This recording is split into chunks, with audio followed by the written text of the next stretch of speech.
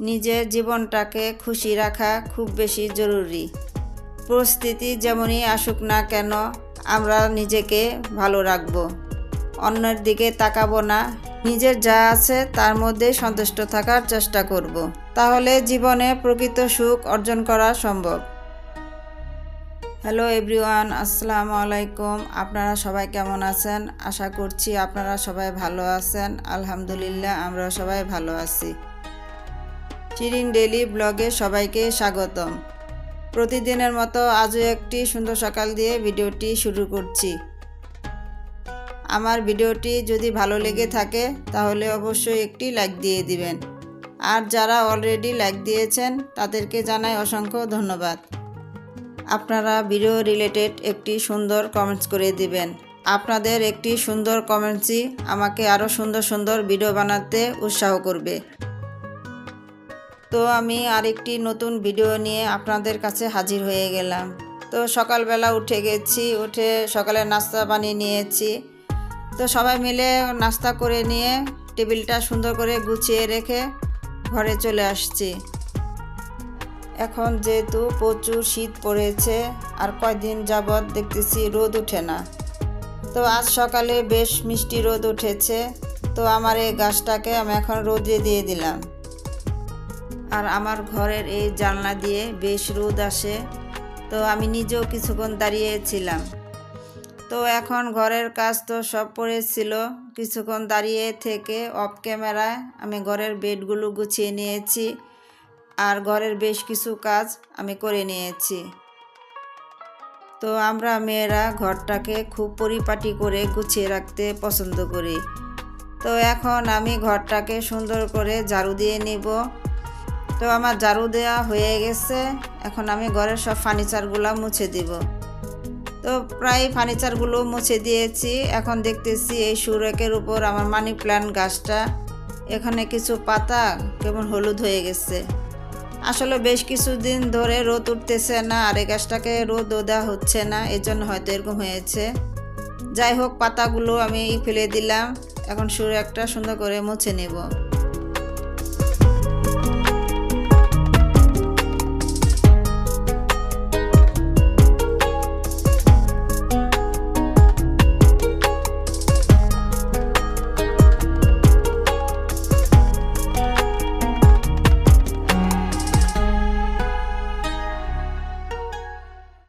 আপু ভাইয়ারা, কাছে দূরে যে যেখান থেকে এই মুহূর্তে আমার ভিডিওটি দেখছেন, যদি আমার ভিডিওটি ভালো লেগে থাকে তাহলে অবশ্যই একটি লাইক দিয়ে দিবেন।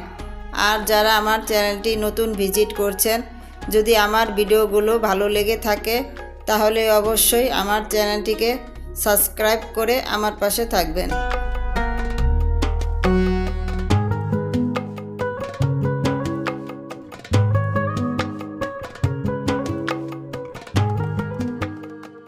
কথা বলতে বলতে ঘরের বেশ কিছু কাজ আমি করে নিয়েছি। আর নিয়ম মেনে চললে না সহজেই কাজগুলো হয়ে যায়।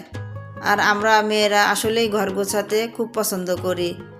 আর আমার এই ড্রয়িং রুমটা গোছানোর পর সব ফার্নিচারগুলো মুছে দিয়েছি। এখন দেখতে কি সুন্দর লাগছে। আর তাছাড়া আমি এলোমেলো থাকতেই পারি না। আর আমি সবসময় চেষ্টা করি আমার এই সুখের নিটটাকে সবসময় আমি গুছিয়ে রাখার জন্য।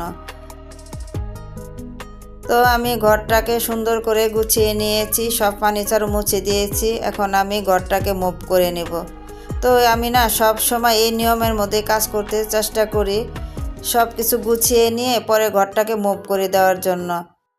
তো আমার সাহেব বলে, এখন যেহেতু শীতের দিন তুমি 2-1 দিন পর পর ঘরটাকে মুভ করে নিলে হয়। তো আসলে হয়েছে কি, আমি রান্না করি যখন, তখন মনে হয় কি পুরো ঘরটাই তেল চিটচিটে হয়ে থাকে, ফ্লোরে পাই দেওয়া যায় না।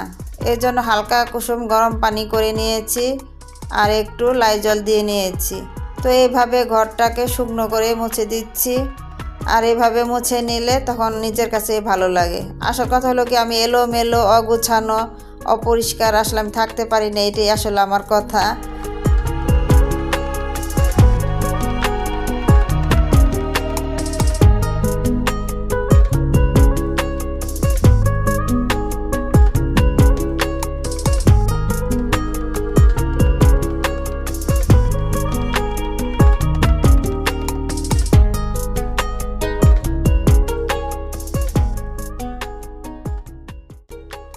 চলে আসছি আমি রান্নাঘরে, দুপুরের জন্য রান্না করব। তো রান্নাঘরে আসার আগে অফ ক্যামেরায় আমি সব কিছু গুছিয়ে নিয়েছি। তো যেহেতু এখন শীতের দিন, পানি প্রচুর ঠান্ডা থাকে, তো সব কিছু গুছিয়ে নিলে রান্নাটা আমার জন্য সহজ হয়ে যায়। তো সকালে নাস্তা করার পর ফ্রিজ থেকে আমি মাছ বের করে ভিজিয়ে রেখেছিলাম। তো হলুদ মরিচ দিয়ে ওটা ভেজে নিয়েছি। তো এখন আমি মাছটাও রান্না করে নিলাম। তো পাশের চুলায় ভাত বসিয়ে দিয়েছি, আর এখন আমি বাঁধাকপিটা ভাজি করে নিচ্ছি।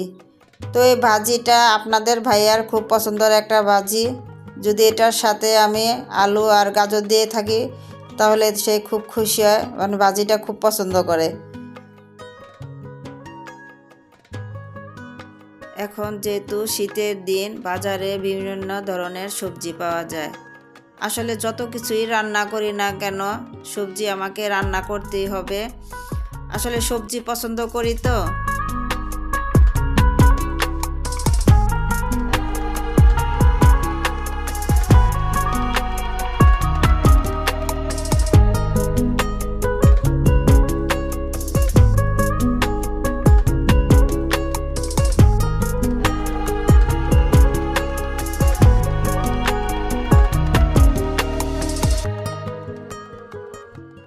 ভিডিওর এ পর্যায়ে এসে বরাবরের মতো আজকেও আমি আপনাদের রিকোয়েস্ট করব যে যারা এখনও আমার ভিডিওতে একটি লাইক দেননি, প্লিজ একটি লাইক দিয়ে দিবেন। আর ভিডিও রিলেটেড একটি হেলদি কমেন্টস করে দিবেন তখনই যখন আমার ভিডিওটি আপনাদের কাছে ভালো লাগবে। তো আমি সবজিটা বসিয়ে দিয়েছি, ওদিকে সবজিটা হতে থাক। এদিকে আমি আলু দিয়ে আর সিম দিয়ে একটা ভর্তা করব বাটনাতে। তো গেছে ভিডিওতে কিন্তু আমি বলেছিলাম যে আমার এই বাটনাটা আমি ব্যবহার করব। তো বলতে না বলতে আজকে আমি এই বাটনাতে ভর্তা বানিয়ে ফেলছি। তো আমি এখন এর মধ্যে বেশি করে পেঁয়াজ, কাঁচামরিচ, ধনিয়া পাতা দিয়ে দিব, দিয়ে ভালো করে মেখে নেব, আর সাথে দিব সরিষার তেল। আর এভাবে কে কে সিম দিয়ে আলু দিয়ে ভর্তাটা বানান আমাকে কমেন্টস করে জানাবেন। তো এই ভর্তাটা আমার খুব পছন্দের একটা ভর্তা, তো এইভাবে বানালে খেতে ভালো লাগে।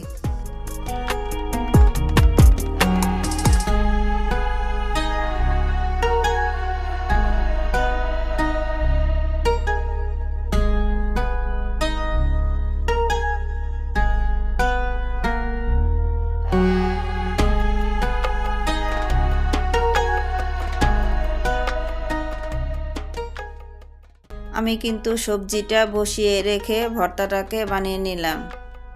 যাক, ভর্তাটা আমার হয়ে গেছে, এখন সবজিটা দেখে নিব।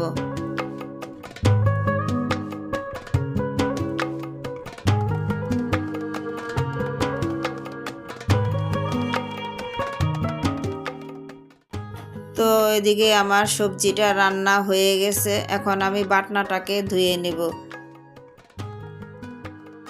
আজকের ভিডিওটি এই পর্যন্তই। তো ভিডিওটি আর বড় করছি না, দেখা হবে পরবর্তী ভিডিওতে। সবাই ভালো থাকবেন, সুস্থ থাকবেন, আমার জন্য দোয়া করবেন। আর আমার ভিডিওটি যদি ভালো লেগে থাকে তাহলে অবশ্যই আপনার আত্মীয় স্বজন, বন্ধু বান্ধবের কাছে বেশি বেশি শেয়ার করে দিবেন। আর এই ধরনের লাইফস্টাইল ব্লগ যদি দেখতে পছন্দ করেন তাহলে অবশ্যই আমার চ্যানেলটিকে সাবস্ক্রাইব করে দিবেন। আল্লাহ হাফেজ।